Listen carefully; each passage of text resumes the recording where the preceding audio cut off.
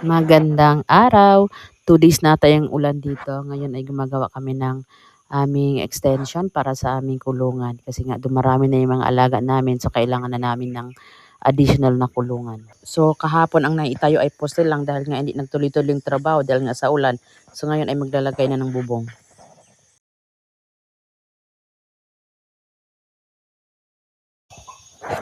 So ayan, ililipat na yung kulungan kasi nga tapos na lagyan ng bubong.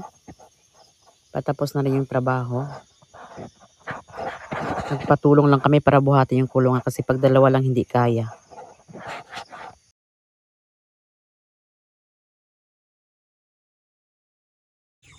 Yan yung final setup ng aming kulungan.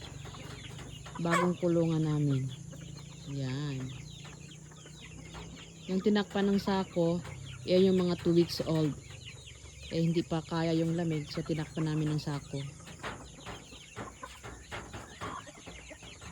Meron itong 4 lang pala na compartment. 1, 2, 3, and 4.